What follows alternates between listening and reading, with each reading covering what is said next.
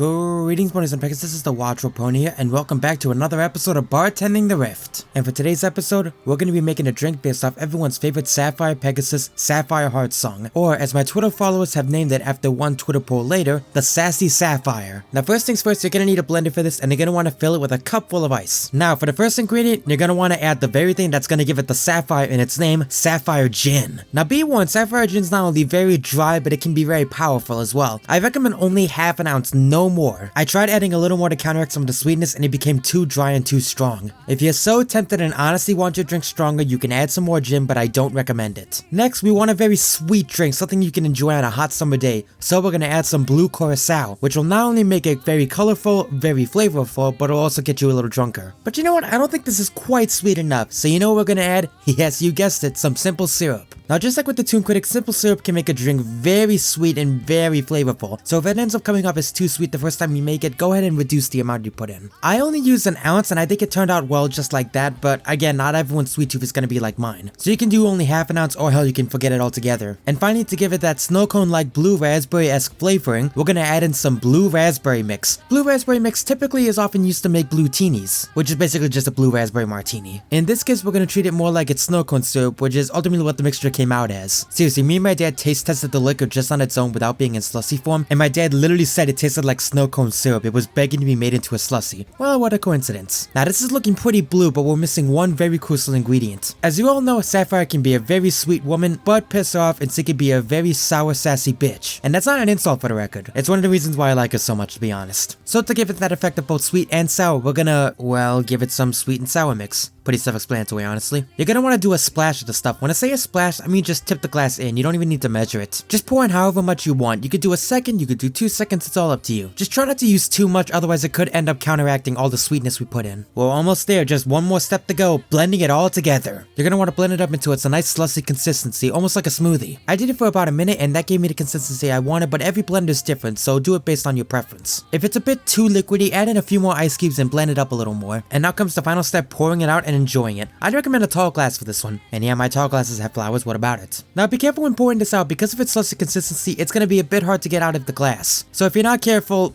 yeah, that's gonna happen. And now it's all ready to be sipped. There is one more optional step though. You can go ahead and garnish it with a cherry to give it the nice red heart in its name. I did not add a cherry because I forgot to buy them.